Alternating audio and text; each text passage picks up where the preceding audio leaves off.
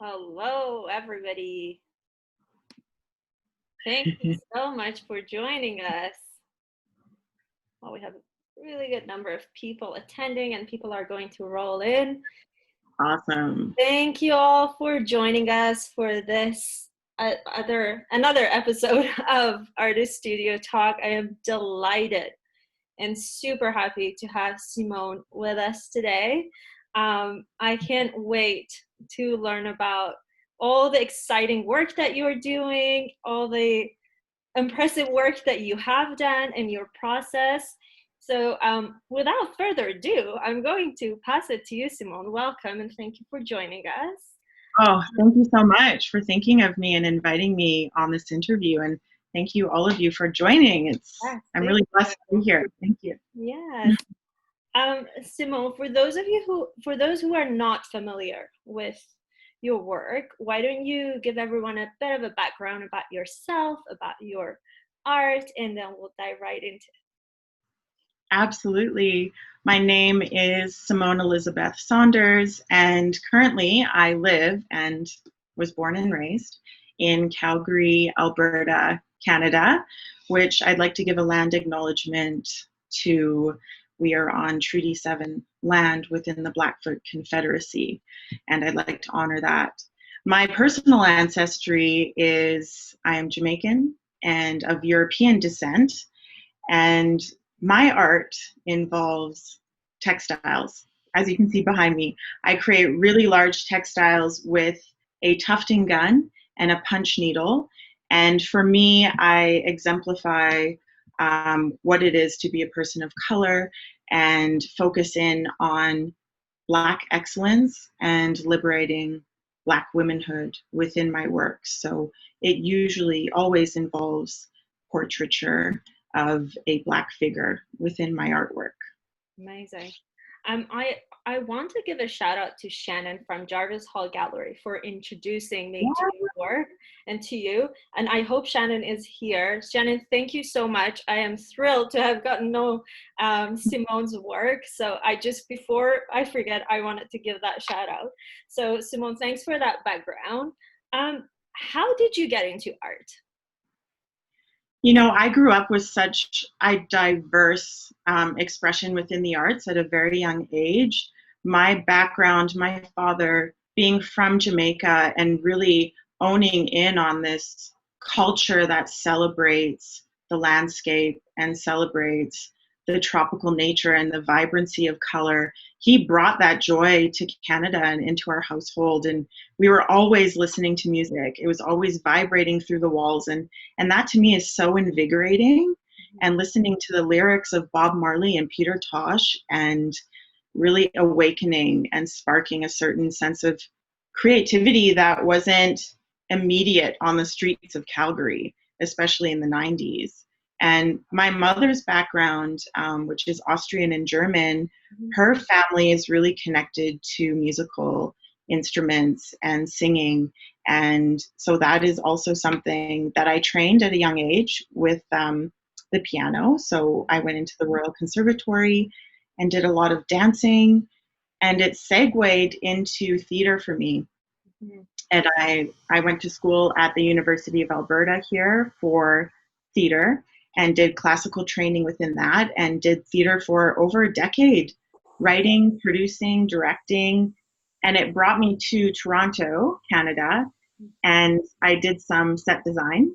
And I really realized the magic of creating a set and using colors and using the narrative of the play to inform the set.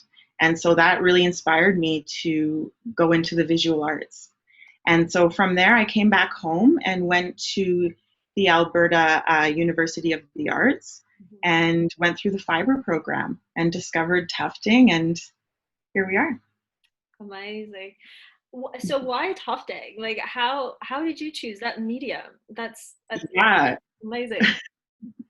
I would like to say tufting chose me because within my journey of school, I was learning so much in terms of natural dye and procyon dye, wax painting, discovering the loom, how to dress a loom, and engaging with the jacquard, which is pretty unique to art school in a fiber department. There's only 3 jacquards across Canada, and we have access to one. So to be able to really marry that analog technique that weaving endures with a technology really opened my eyes to the power of fiber art. And so one of my instructors, we were being shown some contemporary fiber artists, and he showed me Trish Anderson, who is in the States, and she does beautiful abstracted rug tufting pieces. And I was like, what is that? It looked so powerful. It looks like a gun.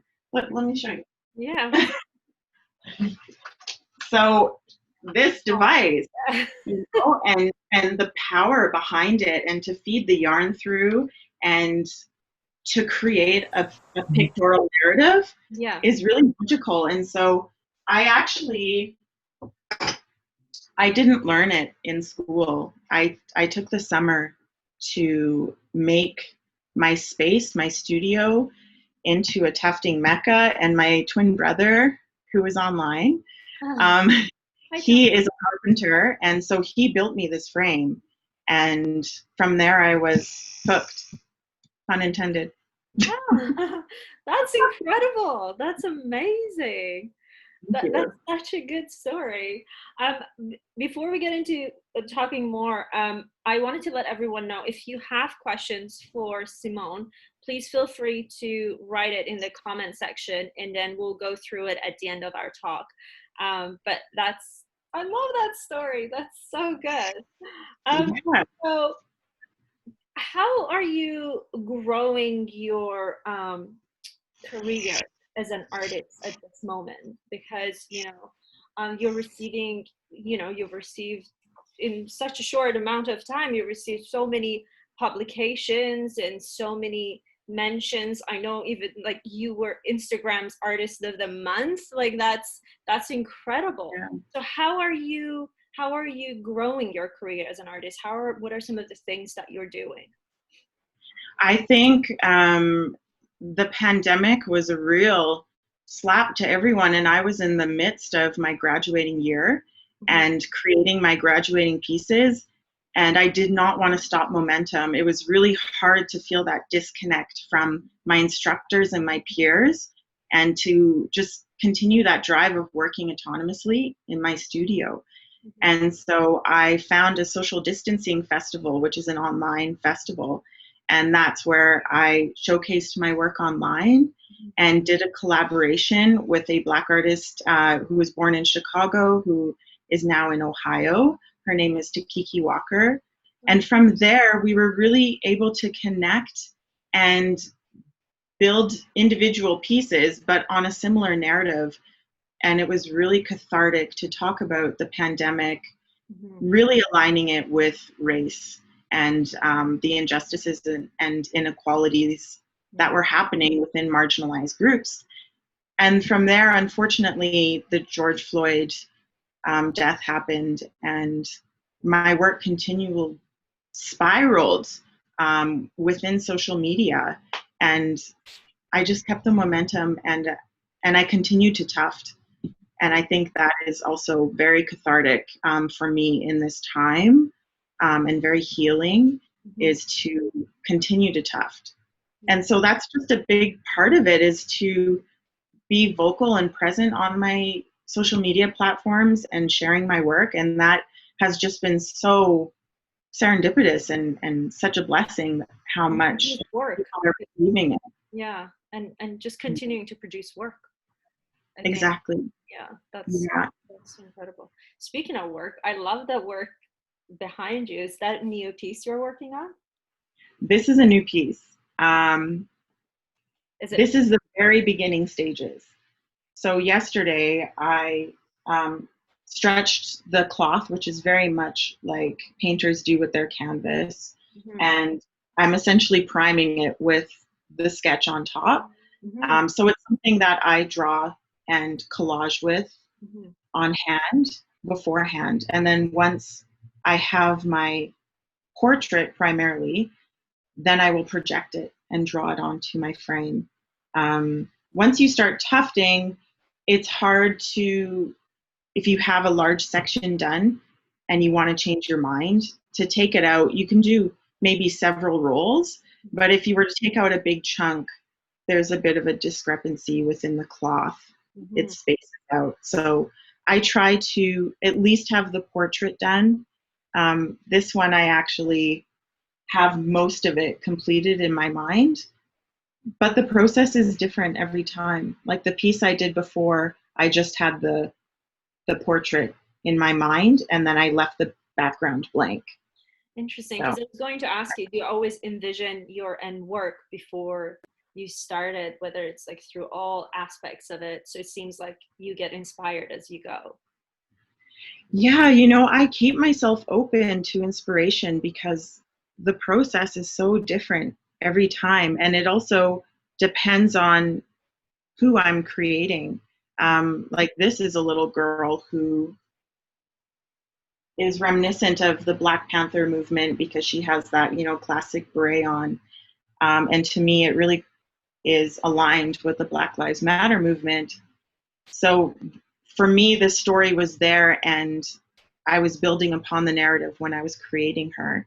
Whereas the piece before that I created, which was on Queen Latifah, who is like such a staple in Black culture and in hip hop, I just had her portrait as like a Nefertiti Dawness, just this beautiful phoenix. And from there, the background was informed by me listening to her music, listening to interviews, reading articles on the Art Nouveau period, because that was a huge inspiration. And so that developed as I was tufting. Amazing. So are you able to show us a little bit more around your studio? Yeah, of course. Well, I'll hold up a few pieces. Yeah, I would love to see. So this is a size of the smaller works, which still aren't very small. But this is Alicia Keys. Yeah, I've seen, that's such a good work. That's amazing. Yeah, it was, and I'm listening to her book more myself right now, and she is such a powerful and spiritual being. I'm very much inspired by her. Mm-hmm. And then we also have. Oh, that is such a powerful work. When I saw this work, I don't know how to explain my feelings when I saw it, but it's good art when it brings out emotions. And I saw that work and I was just like, wow, this is incredible. It's this was a very emotional piece to create for obvious reasons. This is Ahmaud Arbery, and but it's also how, like, when I look at that work, is how we've seen his image everywhere. It's how you've portrayed it, with your use of color, that makes it so incredible and powerful. Thank you. Oh, so good. And then the piece that I did after that was, this is a little bit bigger, but it's Martin Luther King. That's incredible. So good. I love them. So how long does it normally take you to produce these works? Are they very, like, talk to me from a time perspective when you start and finish. Are they normally very time consuming, and like, how does that work? Yes. My partner is now encouraging me not to just count the tufting hours, because I will not stop thinking about my work. Right. From drawing the pieces, collaging the pieces, researching, listening to interviews, and reading about the people who I'm portraying. It takes, for the size that I was showing you, about 2.5 weeks steady. And for these larger works that are behind me, over a month. But I mean, it depends on your life too. Like I count hours. So my last piece took almost 150 hours. Wow. Wow, Mhm. that's amazing. That's a really, because it's such a detailed work as well, I'm assuming. I mean, as you can see, it's very detailed. So Simone, as an artist, as a female artist who's entered the art world, um, what is your advice for other female artists who are Mm. just about to enter the art world, who are, you know, seeking career within the art world? What have you experienced, and what is your advice to them? Mm. First and foremost, I would say to be in tune and really honor what inspires you and what drives you, and really allow your own phoenix to rise from your own fire. I feel that we are so lucky, but also inundated with technology and social media, and school was so valuable.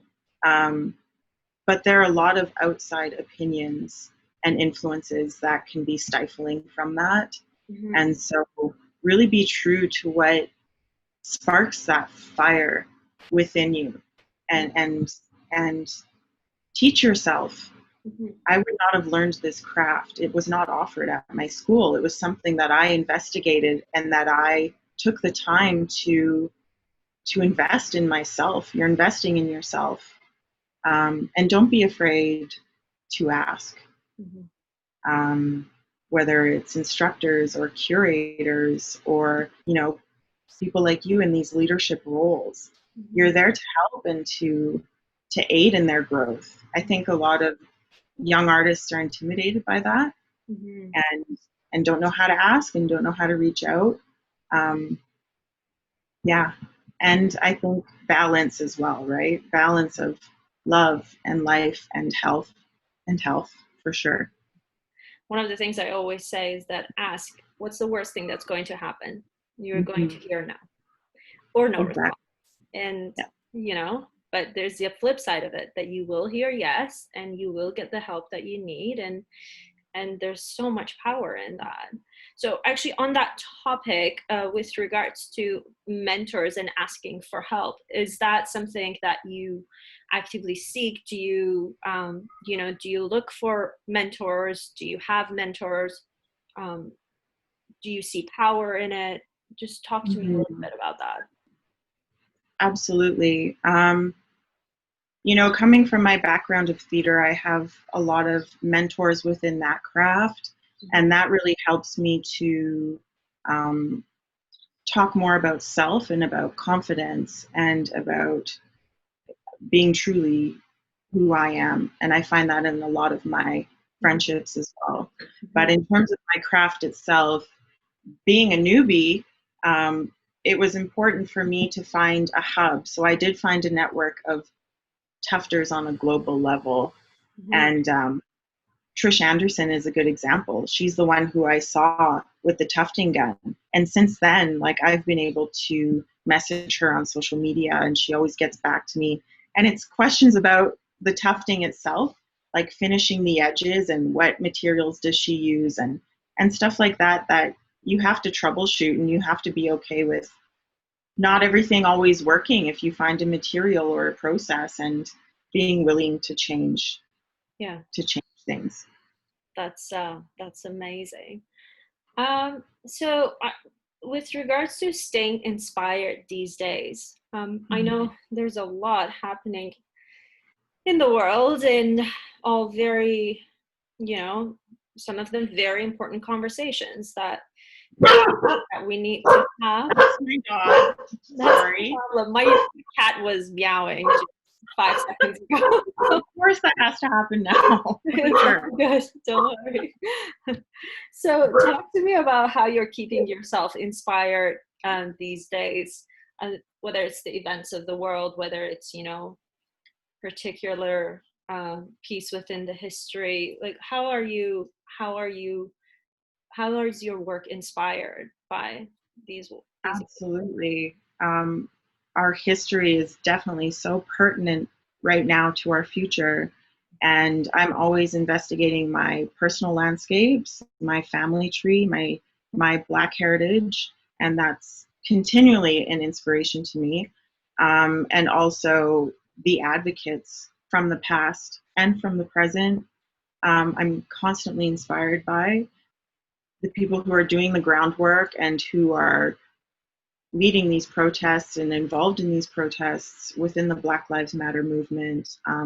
It's important for me to stay aware and knowledgeable to what is happening, and at the same breath to be very privy of mental health and my own mental health and my friends around me. And it's a very precarious time for that, to be inspired, but to also know your own boundaries.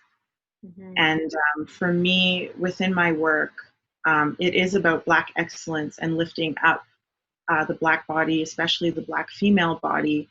And so really discovering joy and power. And for me, my particular research is to create a Black body within a past narrative. So I take inspiration from eras like the Art Nouveau, which is predominantly white colonial narratives. And subjecting the Black body into that is a very powerful thing. And my Queen Latifah piece that I recently did, which I just shipped off to New York. Oh, I'm supposed to see it. She's gone on her own journey now.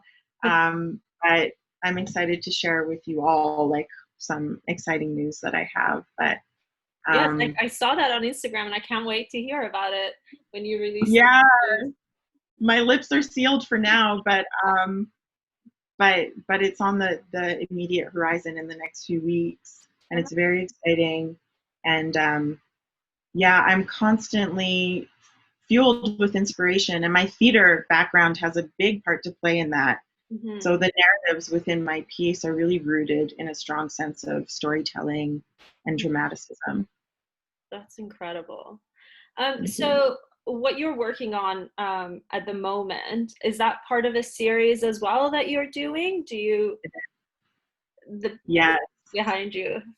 Yes, so I'm doing a series of 4 or 5, and again I'm looking to really highlight portraiture within inspiration from the Art Nouveau period, the Baroque period, and so that's really part of that series. Okay, I see. Yeah, exactly. And it's still really colorful and dynamic and exemplifying the Black body, and that's going to be in New York, and I look forward to sharing more. Yeah. So, Simone, one of the questions that we always ask is, as an artist, what is that one tool? I kind of feel like I know your answer. No, a little bit. Particular medium, but what is that one tool that, as an artist, you can't live without, and you have to have it in your studio? Yeah, well, this is my baby. Love it. So I got to take care of it. I have to honor it. I'm the only one allowed to touch it. Mm-hmm. And, you know, it's a pretty interesting looking contraption. But without it, I also use the punch needle for very detailed sections. Oh. So this is the Amy Oxford punch needle. Oh, interesting. So this is the analog version, which you just punch into the canvas, and it's slow and steady. Whereas this operates as a power tool and can use at a pretty fast speed. And so when do you use the other tool? Like when? And I use it for very detailed sections. So for example, in this one, I might use it within the leopard, where there's really small spots. I see. And usually in the facial area, like in the eyes, because it just allows me to have that very measured, very precise contact with the canvas. Mm-hmm. Oh, amazing. So I'm going to ask anyone who has questions for Simone to start writing your questions. Or if you feel like asking it directly, you're more than welcome to do that as well. Yeah. But Simone, I really would love to hear who are your favorite female artists, or any artist.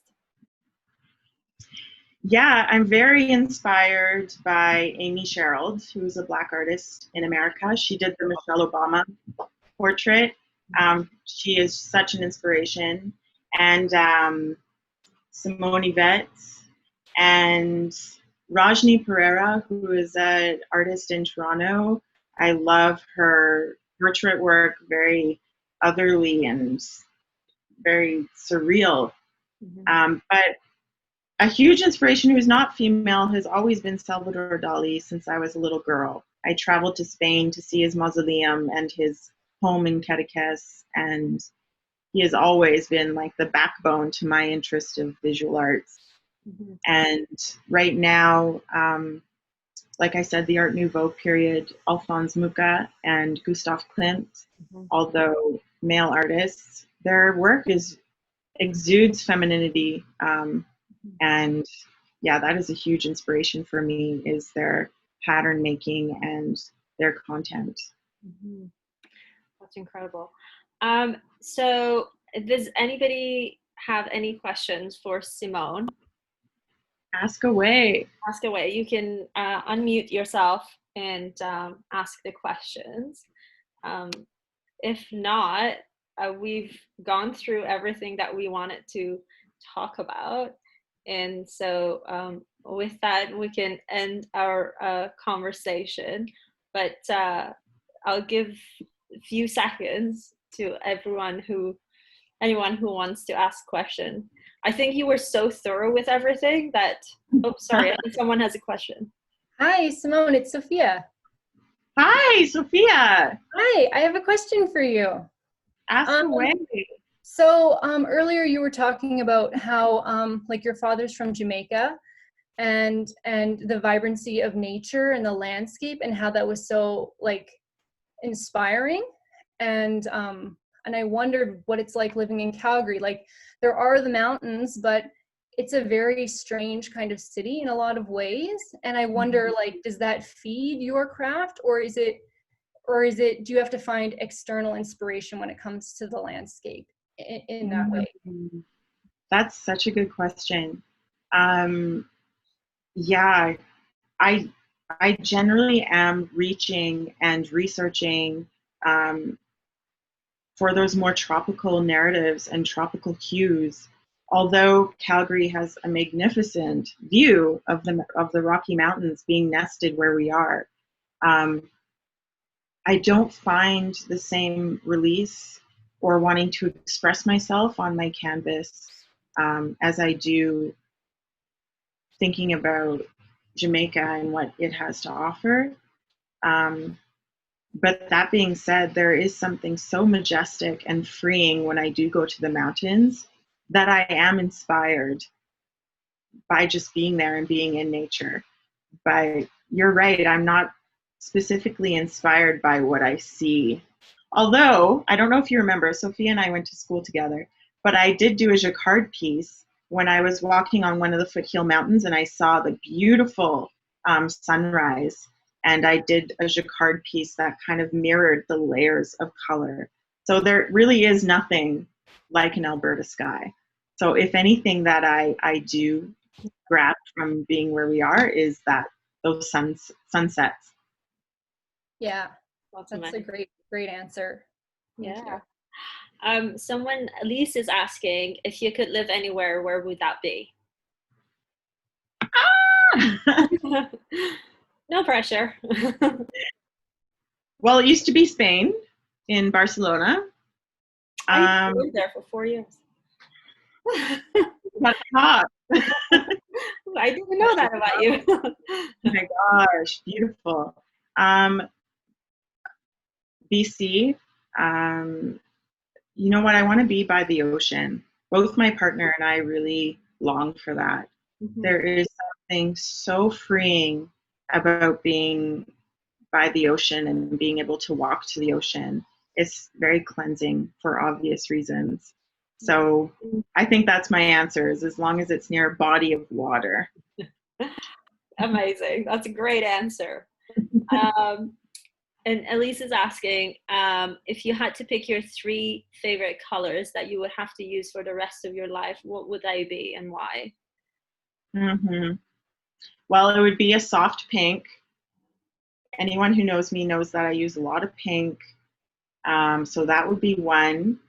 Um, it's just so comforting, but also there's a femininity in it and just a charm in pink and innocence.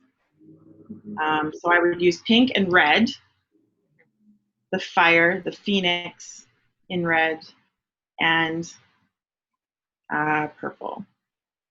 Awesome. Lorietta is asking, where do you see yourself in 10 years? My goals in 10 years are, I see myself free, in terms of owning a home and having a family and living by the water, and my work, like my relationship with my gun. I've been doing this for a year, tufting, and my craft and my skill set is only growing. Every piece that I do, I've noticed I've become more detailed and nuanced.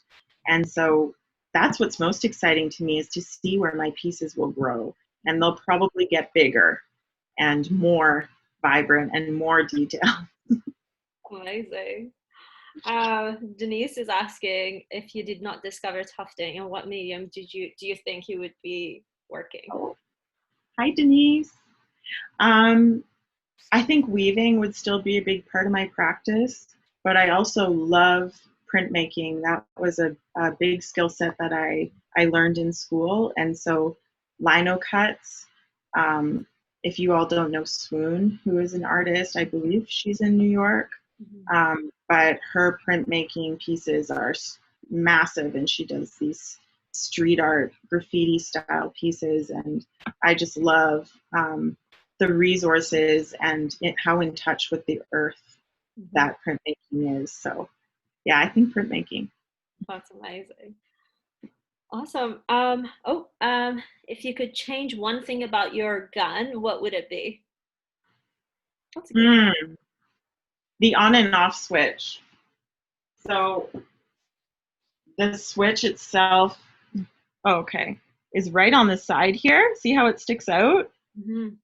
So I can only put it down on the side so it faces up. And one time I dropped it and it breaks quite easily. Okay. And do you think anyone knows what this is? So I had to fix it and solder wires myself with the help of my stepdad. So that was a learning curve. Mm-hmm. I can see that. Amazing. I don't see any other question coming in. If anyone wants to ask it directly, please unmute yourself. Otherwise, for those, I know some people joined later as we were talking. We've recorded this session and we put it on our website, and you are more than welcome to watch it and reach out to Simone or myself if you have any question. And Simone's website will be linked to the video as well. If you want to share your website, Simone, as well, for those who are not familiar with your website, that they can check out. Yeah, it is www.simoneelizabeth.ca. Amazing. Thank you so much, Simone, for this talk. It was wonderful, and I'm so glad that again, thanks to Shannon, that I've gotten to know you and your work, and I'm looking forward to all the incredible work that you'll be doing in the future. Thank you, everyone, for joining. Again, this talk was in the next 48 hours. It will be on our website, so you can go ahead and watch it for those that have missed it. Thank you for tuning in. I really appreciate it. And Pega, thank you for having me on here. It was awesome. It's my pleasure. Thanks again. I'm going to end the call now. Thank you, guys.